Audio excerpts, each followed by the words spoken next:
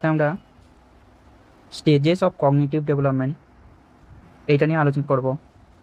আমরা পেঁয়াজের cognitive development সম্পর্কে পড়ছিলাম। এই প্রথম পার্টটাতে আমি এই অ্যাসিমিলেশন অ্যাকোমোডেশন থেকে শুরু করে স্কিমা এই জিনিসগুলি আমি অলরেডি বলে দিয়েছি। এরপর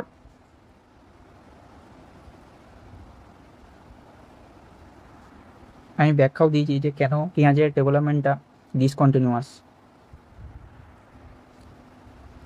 এই পোর্শনটা থেকে একটা বা দুটো কোশ্চেন কিন্তু আসেই। এটার প্রথম স্টেজটা হচ্ছে সেন্সরি মোটর স্টেজ। এটার এজগুলো কিন্তু মনে রাখতে হয় এবং পরীক্ষার সময়তে এই এজগুলো অনেক কনফিউশনের সৃষ্টি করে। এর জন্য আপনি একটা ডেট মনে রাখতে পারেন, সেটা হচ্ছে 2 জুলাই 2011। মানে হচ্ছে এটাই 2 জুলাই, মানে হচ্ছে প্রথম স্টেজটা হচ্ছে 0 থেকে 2 বছর। তারপরে স্টেজটা হচ্ছে 2 থেকে 7 জুলাই, জুলাই হচ্ছে 7। তারপরের স্টেজটা হচ্ছে 7 থেকে 11। আর তারপরে একদম লাস্ট স্টেজটা হচ্ছে 11 বছরের থেকে বেশি। সরি, মোটর স্টেজের ক্যারেক্টারিস্টিক হচ্ছে যে লার্নিং হয় হচ্ছে সেন্সার্সের থ্রু দিয়ে, আর রিফ্লেক্স অ্যাকশন দেখা যায় এখানে। আচ্ছা, বাচ্চা যখন জন্মায় তখন দুটো ইনেট ক্যাপাবিলিটি নিয়ে জন্মায়। সেগুলো হচ্ছে বাচ্চা প্রথমেই শাক করতে পারে, অর্থাৎ চুষতে পারে। আর একটা হচ্ছে কোনো জিনিসকে জড়িয়ে আঁকড়ে ধরতে পারে, সেটা হচ্ছে গ্র্যাপসিং। আর হচ্ছে গোল ডিরেক্টেড বিহেভিয়ার দেখা যায়। গোল ডিরেক্টেড বিহেভিয়ার মানে আমরা বড়রা যেটা ভাবি সেটা কিন্তু না। এটা এটা উদাহরণ যদি একটা দিই, যেমন এখানে একটা বাচ্চা আছে, বাচ্চাটার কিছুটা দূরে দুটো খেলনা আছে। বাচ্চাটা ওইটার দিকে দেখবেন ধেয়ে যাচ্ছে। এই জিনিসটাই হচ্ছে গোল ডিরেক্টেড বিহেভিয়ার। এই স্তরের প্রথমে অবজেক্ট পার্মানেন্স থাকে না, অর্থাৎ out of sight out of mind. মানে ধরুন আপনি একটা খেলনা তার চোখের সামনে ছিল, আপনি সেটাকে আড়াল করে দিলেন, সে সঙ্গে সঙ্গে সেটা ভুলে যাবে। এই ব্যাপারটাই হচ্ছে অবজেক্ট পার্মানেন্স। শেষের দিকে কিন্তু এটা আবার চলেও আসে। এরপর হচ্ছে ডিফার্ড ইমিটেশন, মানে হচ্ছে অনুকরণ করে। এটা হচ্ছে বিলম্বিত অনুকরণ। এর পরের স্টেজটা হচ্ছে প্রি অপারেশনাল স্টেজ। এটার এজ হচ্ছে 2 থেকে 7 বছর। এখানে সিম্বলিক থট দেখা যায়। সিম্বলিক থট মানে ধরুন এখানে আমি যে ছবিটা অ্যাড করেছি সেই ছবিটাতে একটা স্টিককে ধরে সে এটাকে ভাবছে যে একটা তরোয়াল। এই জিনিসটা হচ্ছে সিম্বলিক থট। তারপর দ্বিতীয়টা হচ্ছে ট্রান্সডাকটিভ রিজনিং, মানে হচ্ছে ইললজিক্যাল ঘটনা। একটা ঘটনা এই মানে একটা ঘটনার সাথে একটা ঘটনার কোনো মিল নেই, কিন্তু সেই দুটোকে এক করে দেয়। যেমন আজকে আমি লাল জামাটা পরে এসেছি তাই আজকে বৃষ্টি হয়েছে। এরপরে এসে হচ্ছে ইরিভার্সিবল থিঙ্কিং। এখানে আমরা জানি যে এই জল জমে কি তৈরি হয়, বরফ তৈরি হয়, কিন্তু বরফ আবার গলে যে জল হয় সেটা এই স্টেজে বুঝতে পারে না। এটাই হচ্ছে ইরিভার্সিবল থিঙ্কিং, মানে রিভার্স করতে পারে জিনিসটাকে। এই স্টেজে ল্যাঙ্গুয়েজ খুব যুক্ত হয়। আচ্ছা, এই ইগোসেন্ট্রিক ব্যাপারটা নিয়ে আমি একটু পরে আলোচনা করছি। অ্যানিমিজম, এই জিনিসটা হচ্ছে যে কোনো বস্তুতে জীবন আছে সে সেটা ভেবে নেয়। নন লিভিং যে অবজেক্টগুলো আছে সেগুলো জীবিত, তার এটা ধারণা থাকে। আর সেন্ট্রেশন জিনিসটা হচ্ছে যে কোনো একটা ক্যারেক্টারের উপরে জোর দেওয়া, মানে একটা ক্যারেক্টারই তার লক্ষ্য রাখে। এখানে দুটোতেই একই পরিমাণ জল আছে, এই দুটো পাত্রেই, কিন্তু যেহেতু এটার হাইট বেশি আছে তার মনে হবে যে এই পাত্রটাতেই, এই গ্লাসটাতেই বেশি পরিমাণ জল আছে। আচ্ছা, ল্যাক অফ কনজারভেশন মানে হচ্ছে দুটোতে যদি একই পরিমাণ জল থাকে, এই উদাহরণটাই আমি টেনে বোঝাচ্ছি। একই পরিমাণ জল আছে দুটো পাত্রে, কিন্তু দুটো পাত্র যেহেতু দেখতে আলাদা, একটা হাইট বেশি আর একটার উইথ বেশি, মানে চওড়া বেশি, তাহলে দুটোতে যে একই পরিমাণ জল থাকতে পারে সেটা সে ভালোভাবে বুঝতে পারে না। এই ইগোসেন্ট্রিক ব্যাপারটাকে বোঝার জন্য পেঁয়াজ একটা এক্সপেরিমেন্ট করেছিল, সেটা হচ্ছে 3 মাউন্টেন এক্সপেরিমেন্ট। এখানে 3টে মাউন্টেন আছে, মানে 3টে পর্বত আছে।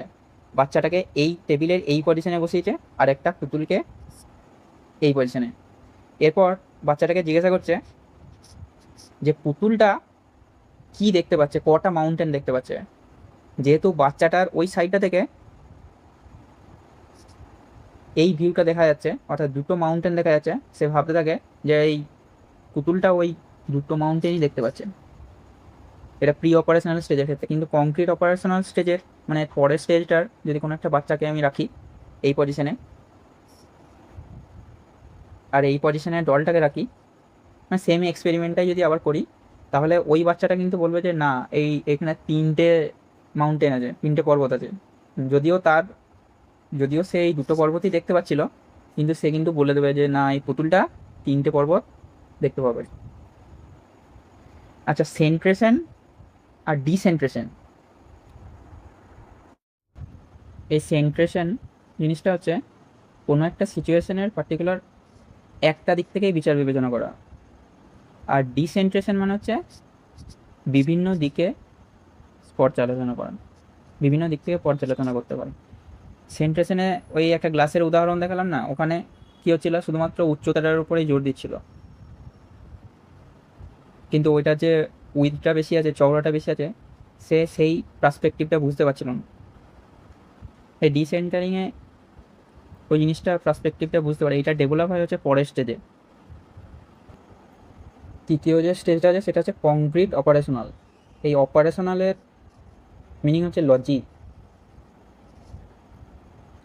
এর আগের স্টেজটা ছিল প্রি অপারেশনাল। প্রি অর্থাৎ লজিক ফরমেশনের আগে, আর এখানে এটা হচ্ছে কংক্রিট অপারেশনাল। কংক্রিট অপারেশনাল মানে হচ্ছে কংক্রিট বস্তুর উপরে লজিকটা ফরমেশন হয়ে।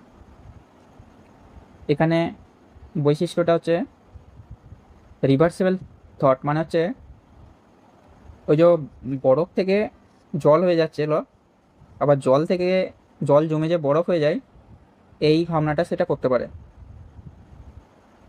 এখানে আবার ওই ডিসেন্ট্রেশন জিনিসটা আমি বললাম, বিভিন্ন অ্যাসপেক্ট থেকে ভাবতে পারে।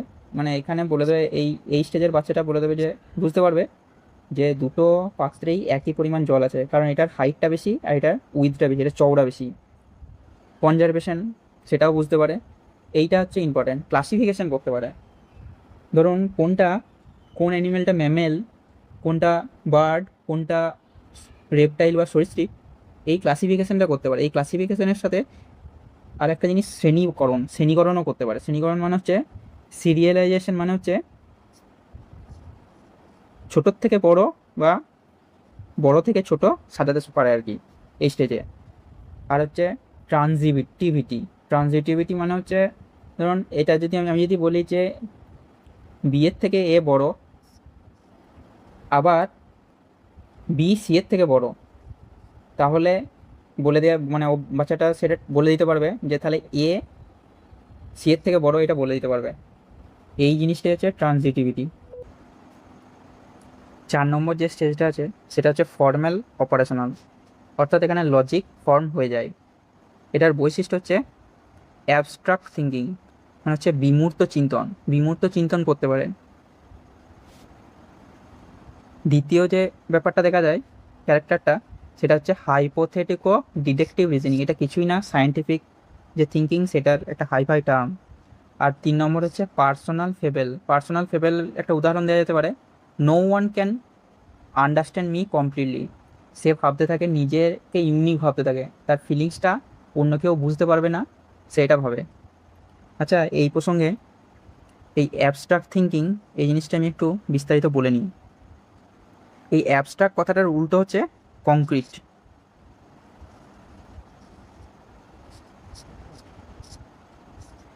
এখানে একটা উদাহরণ নিই। ধরুন আপনি একটা বাচ্চাকে হাতে একটা কমলা লেবু দিয়েছেন। এবারে ওই কমলা লেবুটা সে হাতে ছুঁয়ে দেখতে পাচ্ছে, সেটা কেমন, সেটা গোল না চ্যাপ্টা, সে সেটা বুঝতে পারছে। এটার টেক্সচারটা কেমন, মানে হচ্ছে এটার চারিদিকটা কেমন, সেটা বুঝতে পারছে হাত দিয়ে। আর সে সেটাকে চাইলে টেস্টও করতে পারে। এই যে সব এই এক্সপিরিয়েন্সগুলো হলো, সেগুলো হচ্ছে কংক্রিট এক্সপিরিয়েন্স। আর অ্যাবস্ট্রাক্ট বলতে কি, যে জিনিসটাকে বাস্তবে দেখা বা ছোঁয়া যায় না। যেমন হচ্ছে ধরুন জাস্টিসকে আপনি ব্যাখ্যা করতে পারবেন, কিন্তু এটাকে কখনো চোখে দেখা বা স্পর্শ করা সম্ভব নয়। ফ্রিডমটাও তাই, ভালোবাসা সেটাও তাই। এক্ষেত্রে আরেকটা এইটারই উদাহরণটা টেনে আমি যদি বলি, ধরুন আপনি বোর্ডে এরকম একটা জিনিস লিখলেন, অরেঞ্জ। এটাকে কিন্তু আপনি দেখাচ্ছেন না, শুধু বোর্ডে লিখছেন, কিন্তু মানে যদি বাচ্চাটাই এই লেখাটা দেখে বুঝতে পারে যে কোন বস্তুটার কথা বলা হচ্ছে, কিসের কথা বলা হচ্ছে, তাহলে সে কিন্তু তখন অ্যাবস্ট্রাক্ট থিঙ্কিং করছে। এটা বোর্ডে লেখার পরে সে একটা ফলের কথা ভাবতে পারছে এবং ফল সম্পর্কে যাবতীয় তথ্য সে বুঝতে পারছে। এই জিনিসটাই হচ্ছে অ্যাবস্ট্রাক্ট থিঙ্কিং। ডেভেলপমেন্ট স্টেজগুলো সব শেষ হয়ে গেছে। এরপর আমরা পরের স্টেপে, পরের ভিডিওতে আমরা পেডাগজি কোশ্চেনগুলো আলোচনা করতে এই থিওরিটা কীভাবে হেল্প করবে সেটা জানবো।